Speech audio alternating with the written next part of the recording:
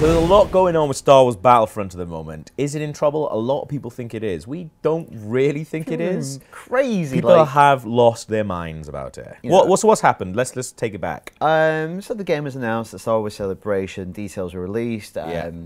4 locations in the game. Obviously, there'll be multiple maps on those planets. No traditional single-player campaign. There'll be special missions. No space battles, and obviously some of this stuff, no prequel content, and a lot of this stuff, some of this stuff was in the last Battlefront, which came out 10 years ago, and people were like going, oh, this is such a lesser game, and they obviously announced that it was DLC coming shortly after the game came out for free, which would be a tie-in, kind of a lead-in to Episode 7. People, again, some people kind of saying, oh, you're holding back stuff from the game. So there's lots of kind of overreaction, but you know, it's the nature of the internet, people form quick opinions very quickly.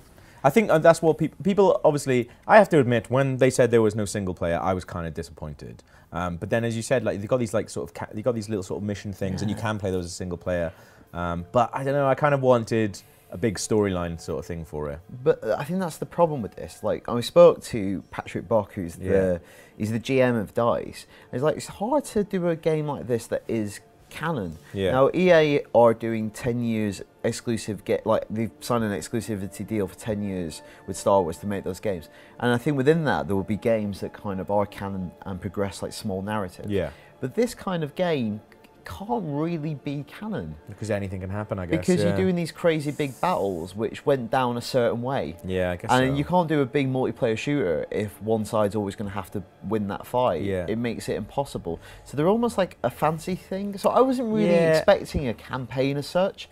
Like, it's just not that type of game, I think, what they're making. I guess so. It is interesting. But yeah, people have like really lost their minds about it. One group of people in particular, called Gamers United, have started a petition on change.org or whatever it is, and like their manifesto reads like it's just mad. Like, it's just spelling mistakes all over it, and it's just, I'll read some of it out for you. It seems that EA has already shot down space battles and the ability to fight in the Clone Wars era. Don't get me wrong, I'm all for the original trilogy, but we all know that EA is going to put these out in DLC content, forcing players to spend more money. So it's all stuff that they're angry about, stuff that hasn't even happened yet. So here are what we, the community, demand. The game will include the Clone Wars era for no extra cost, free to anyone who buys the game, in brackets, with or without pre-ordering. There must be a free space battle map included with a Clone Wars era DLC for free. So like, they've invented this Clone Wars era DLC, and then all of a sudden they're just like, oh, and with that DLC, which we've just invented and doesn't exist, this extra stuff's got to be in it as well. There needs to be a supported mode that includes AI battles similar to instant action on Star Wars Battlefront 1 and 2, included at launch or soon after for free. We expect all the content above to be available before the 2016 year. That's plenty of time to get the job done.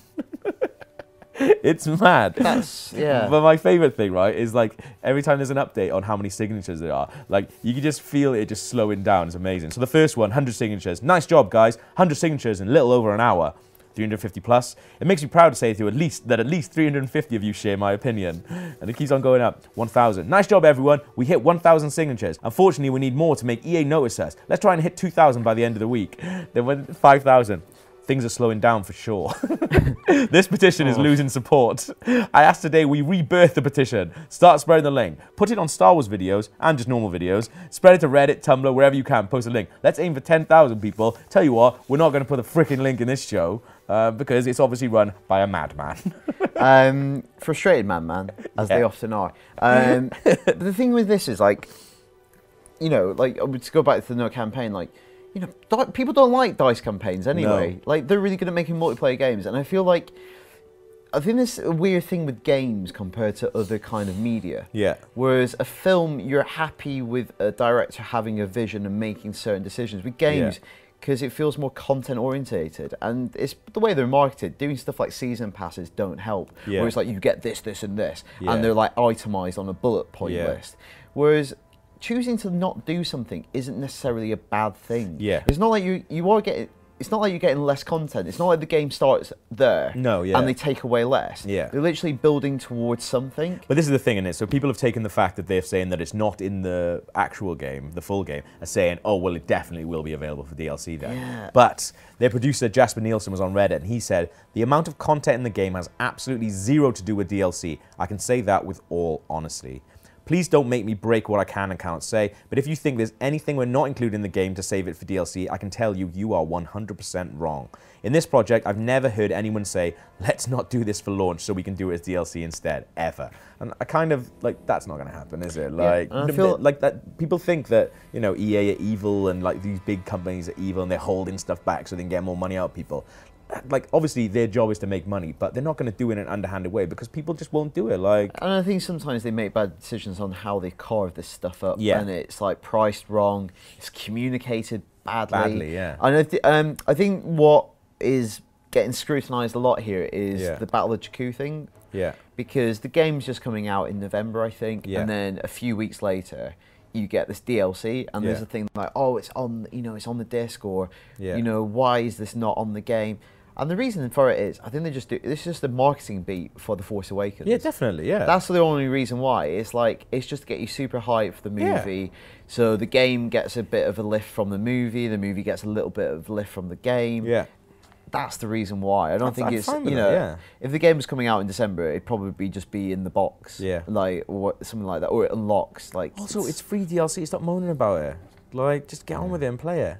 I don't know. Like, people think they're always being screwed over, I think. That's the sort of thing. And you're right, some stuff is communicated poorly, and some stuff, you know, it does come across a tiny bit underhanded, but just not putting something in and people going, oh, no, it will be there, but it'll be DLC. Yeah, and also, I'll be really surprised, like, probably be proved wrong. Maybe in a few years' time this will be different, but I think right now, just like as all Star Wars in general, I'd be really surprised if they touched upon the prequels. Yeah. I feel like the general message coming out of Star Wars Celebration from Disney is we're not going to be doing stuff on the prequels, really. Like, there's, they showed some of Droid Tales, the new Lego show, and it's R2 and C-3PO recounting the plots of the original, all 6 movies, and Clone Wars and stuff. But from their perspective? From their perspective. And it starts out, and they almost like make fun of the prequel. Really? Okay. Like saying how boring the intro to Phantom Menace is, all the Ewoks start falling asleep, but it's almost like saying, oh, maybe not. And like everything else they're doing, Force Awakens is tapping into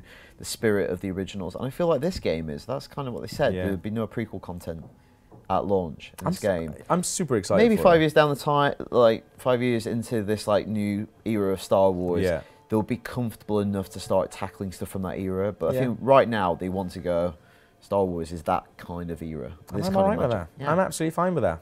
What do you think? Let us know. As always, rebelbase@ign.com. Yeah, and for everything on Star Wars between now and the end of the year and beyond, stay right here on IGN.